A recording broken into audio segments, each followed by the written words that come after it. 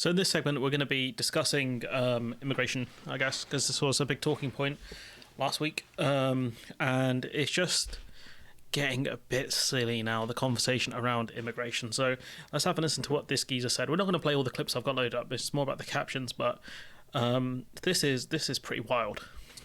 Look, I would describe myself as a moderate conservative. There's absolutely nothing moderate about 745,000 people net migration in 1 year. That is not a moderate immigration policy. Why not? That is a radical immigration policy. Radical based on what? Like, what? This is what I mean. Like, they need to explain what the normal numbers are, because the Conservative Party policy has been since around 2010 to get immigration figures down to the tens of thousands. Now, is that a moderate Conservative Party policy?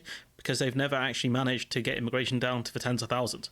So I think what these people and, you know, certain other politicians in different parties have to explain is, what is the amount of immigration you want? What's the actual number of people that you want coming in or going out of the country, the net figure? The numbers need to come down. Look, I am a product of inward migration to this country. Of course, you can look at me. I'm not a native British person. I'm mixed race. So How do you define what a native British person is? Like, is it just people who are white, like English or British? I don't know. How do you define it? Because, again, this is another thing where people get really weird on. You know, how long do you have to be here to be a native British person? How many generations do you have to be here to be a native person? I don't get it. Like, this is genuinely something that baffles me. Product of multiculturalism. But the reason why multiculturalism and integration worked in the 20th century is because the numbers were lower. That's not even true, because if you look at things, what was it Enoch Powell said? This was way before the 2000s. I think he was talking about rivers of blood and, you know, really fear-mongering about immigration. And that's when immigration was lower than it is now. So this idea of there was some great era of time when, you know, immigration was fine and integration was happening. No, like, these people have argued for decades, not him, but people have argued for decades, immigration is too high, integration isn't working. So this doesn't make sense. Oh, back 20 years ago, it was great when my parents came here, you know, because we integrated well. But now it's not happening. It's like, pull the drawbridge up quicker, pal, because that's all he's doing. You know, he's saying, well, when my parents came here, or when I came here, it was great. You know, there was integration. Look at me. But now that's not happening anymore, which is, I think that's nonsense in my opinion. But it just goes to show you the kind of arguments people will use. You know, that's the same thing that Braverman did as well. When my parents came here, immigration was much lower, but now it's a big problem. It's like, evidently the economy needs immigration for it to actually work. It's just bizarre, the kind of hoops these people go through. But today the numbers are just so high that it's so difficult to integrate these people into society. There are all these awful community tensions that are happening. We have seen over the night in the Netherlands with the election of what some would call a far-right party, what can happen if the people who want to vote for migration to come down time and time again aren't listened to. I mean, to be fair, Geert Wilders has, you know, it's taken him, you know, a long time to actually win. I think to be the largest party in the Netherlands, his party. But, you know, like, it's not just down to immigration. Like, I reckon I'd have to look into what he was actually promising, but I guarantee it wasn't just immigration that people voted for him on. Just like a lot of people in America didn't just vote for Donald Trump because of immigration and racism. The same thing for Brexit. There were, you know, I think most of the people that were racist, I think, voted for Brexit, but it wasn't just the only reason people voted for Brexit. So, you know, like, just to argue Geert Wilders won based on just immigration because immigration's too high for the Netherlands, I think that's nonsense, honestly. But we'll keep going. I found this quite interesting, especially from the Tory advisor, Poppy Townbridge. So let's have a listen to this. I was quite struck by, you know, the Conservatives say these figures are shocking, Labour say these figures are shocking. How much difference do you think there is between the two parties, when it comes to migration, Josh? Well, in a sense, not all that much, which is a sort of interesting thing in and of itself. You know, both parties seem to support some reforms to the system. For instance, Labour said that, you know, it would make it easier to change the occupations that we think there's a shortage of. And it said, like the Migration Advisory Committee, we should scrap the 20% discount for those coming in. But the core point really is that the net migration figures are about the economy. They're about what businesses need in terms of the workforce, and they're about how the economy is doing. And this is all correct. It's about what businesses need. There are problems with the way it's set up, and that's something Yvette Cooper has talked about a lot more. So we'll be discussing that a bit later in the video. But generally it's down to what businesses need, and if they can't get the people they need, they will apply for people to get visas. There are a lot of problems with the system, I'll be honest, and we'll be discussing that, I think, when we get to the Cooper section. Our economy is doing pretty badly at the moment, and so we need an influx of workers, and you can't really change the net migration numbers in a serious way by tinkering with reforms to the system. Actually, you have to focus on economic policy. That's what it's really all about.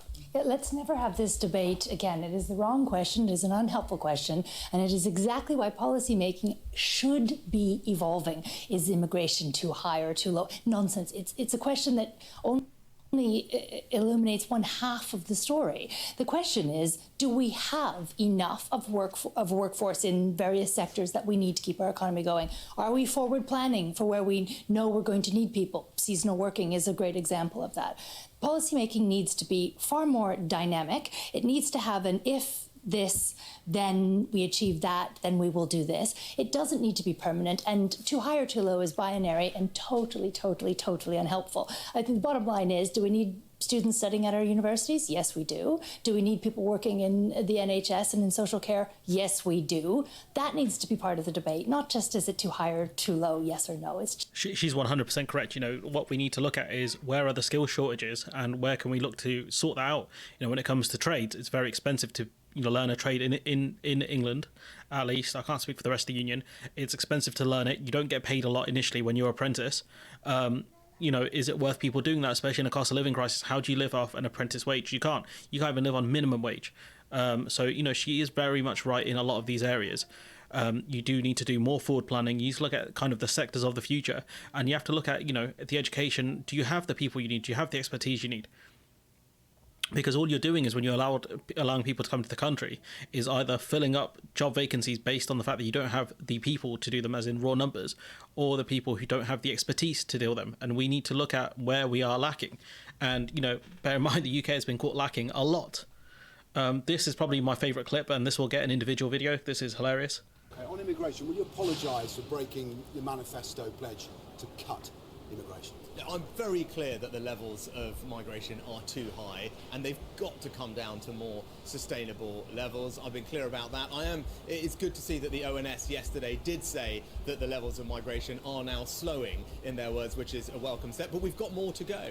And that's why I announced a policy earlier to clamp down on the number of dependents that students can bring when they're coming here, where we've seen a very... And it's really stupid, because if you are a person looking to study here, you're not going to leave behind your parents if you need you, or your kids if they need you. So why would you come to the UK? Like, the whole argument around dependence is so dumb.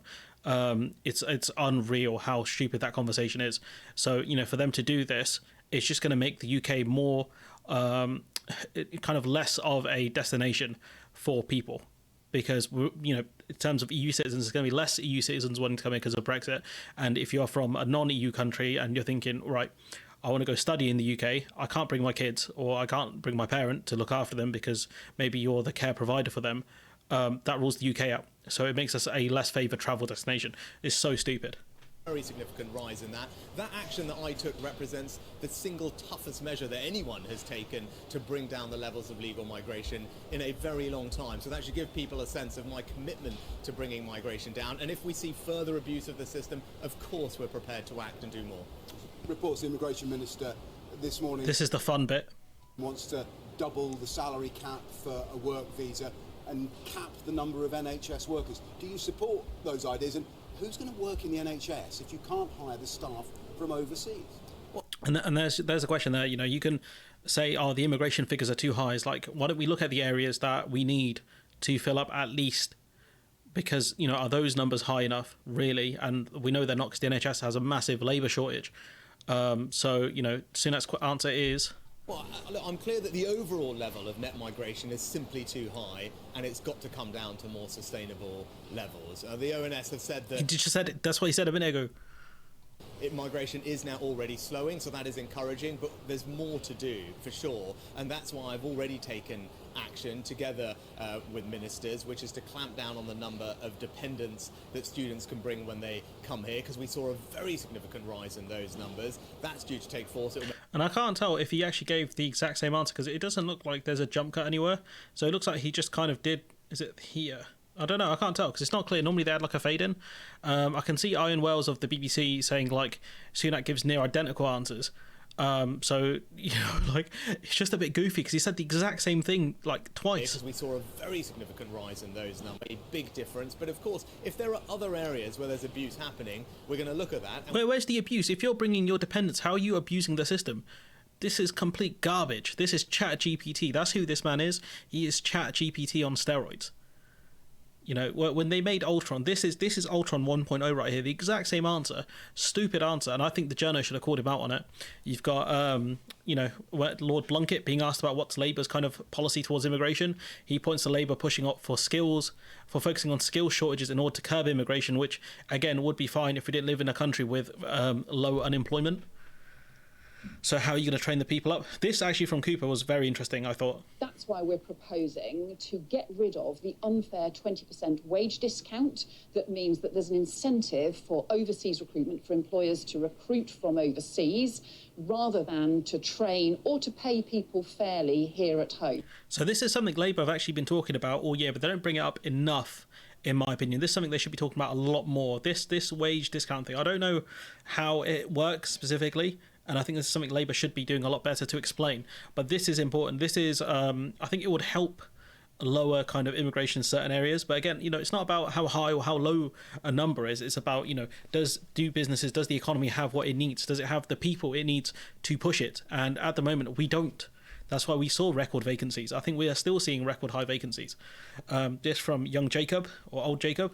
I'm in favour of getting this number down very significantly. A cap is one way of doing it. You need to look at who you really, really need, and you need to prioritise very carefully. What don't we need? Because we always hear people saying, "Look, we need fruit pickers. We need health and social care." We don't need fruit pickers. Right. If fruit can be grown more cheaply and more economically in foreign countries, we should import fruit and focus on our competitive advantage. What competitive advantage do we have, first of all? Secondly, he just said, you know, I would, if I was the Lib Dems or Labour in rural areas, I'll take this and just say, the Tories don't care about farmers, because farmers are very reliant on seasonal fruit pickers, very reliant on seasonal workers. So I would go into the different situations. I'll just play this clip. You know, if we can grow food cheaper in other countries, why don't we just do that? Because that's it. That's the end of farming. Goodbye, farmers. He just said, F food security. We don't need that. We just import it, bro. Like, this is genuinely how you know, other kind of the political parties are not running with this clip is insane to me. Because he just said, forget food security, forget farming. We don't need it. We can get it cheaper elsewhere. This is something I would be focusing on an attack at. Easy clap, this one. This another one I found really weird. Richard Tice saying we want people to come here to unify under the British culture. That's where we need to go. Like, what is British culture? Like, I've heard so much about it, you know, British values. Can anyone actually define what it is? It's meant to be like fair play and all this other nonsense. And then you got like Harry Kane kind of diving around, I think, a bit on the football pitch, or he was a bit, and him kind of backing into people really dodgily and almost causing players injuries. Is that the English values that we're meant to be talking about here? You know, is that upstanding Britishness? I guess, you know, are these the things we're pushing out into the world? I don't get it. Young Jacob again saying his constituents are not happy with the current state of migration. So I guess we should ask them, you know, what specific areas should we cut migration, and, you know, should we cut it from the NHS so that it takes them longer to go to the hospital?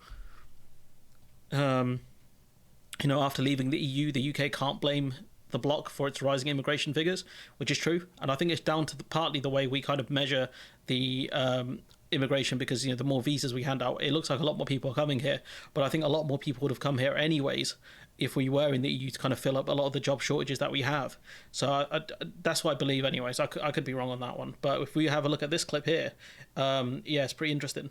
Note that period there, so, you know, migration dropping down a lot there, a lot of people leaving as well. But then it's those new Brexit rules and new immigration rules coming in that really kickstarts that big leap in migration, in net migration. And when you look at where people are coming from or indeed going to, well, this is EU citizens. And you can see before Brexit, it was relatively strong, hundreds of thousands, and then into negative territory after Brexit. That's EU citizens leaving the UK. Then you've got UK citizens, and then consider this, non-EU citizens coming into the UK in their droves, really, faster than... Just a really way to describe it, in their droves. some sort of invasion, a zombie invasion. We've ever seen before. And the interesting thing is, if we break that down, so dig into those red bars and just look at what are the reasons that people are coming for, a lot of it is work. A lot of it is work. Actually, the second... That's so surprising. It's work. Oh, my God. I can't believe people are coming here to work.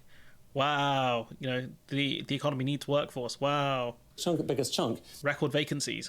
Is work. But then you've got studies. So students, and particularly after Brexit, those new rules came in, a lot of students coming into the UK. And so I think it's down to the fact that EU citizens before Brexit didn't need a student visa. So these numbers wouldn't have been as high because they wouldn't need student visas.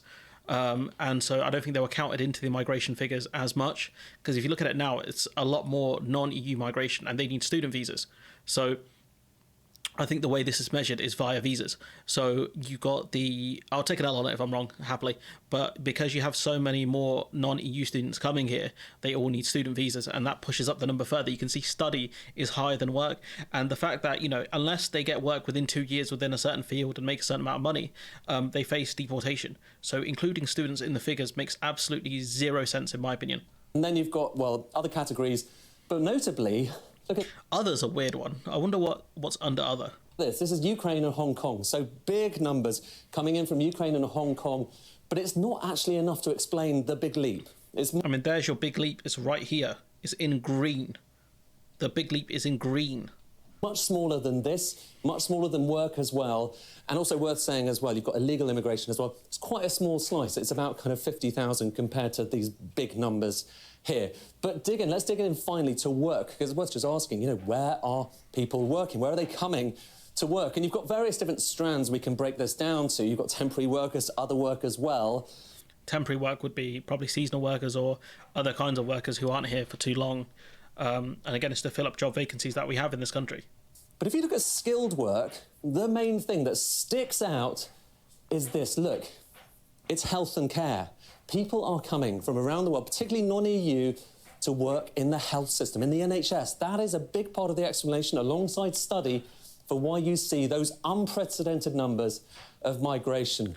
And I think the UK made it easier for non-EU, I think, medical professionals to come to the UK, I believe, anyways, from what I've read in the past. And so all of this fear-mongering around immigration, when most of the workforce have come here to work in the NHS, and we're fear-mongering about that, really? I mean, this whole conversation is it's so stupid on a level. The amount of fear mongering here, like not from Ed Conway, but from the politicians in general. Like, you've got Annalise Dodd saying the figures are an appalling failure of the Tories, which is okay, but given unemployment is at 4.2%, which is quite low, where are you going to find all the vacancies to work? Where are you going to find all these people to work in the NHS? Genuine question. How are you gonna train enough people to work in the healthcare service? Genuine question for Dodds there. I just don't. It's the way the figures are compiled is problematic. The fact that studies included doesn't make sense, because I don't think you should be classed as a person immigrating, really, unless you've applied for a work visa, which they would only get after they finish their studies. So this thing here just absolutely makes zero sense in my opinion. So yeah, Dodds, swing and a miss. And you've got people that have immigrated to the UK that feel like they're just being punished or maligned for coming here to work. This caller from LBC, we're not going to play the clip, but he's saying, since Brexit, I've had this constant sense that I became part of the problem, when this is a person who came here to work, to fill a job role, vacancy that we had, and has been here for a while. This whole conversation is just it's making people who came here just feel not welcome. And what you do when you don't feel welcome, you leave. You look to leave, because why would you stay in a place you don't feel welcome? It's just so stupid, the conversation around this.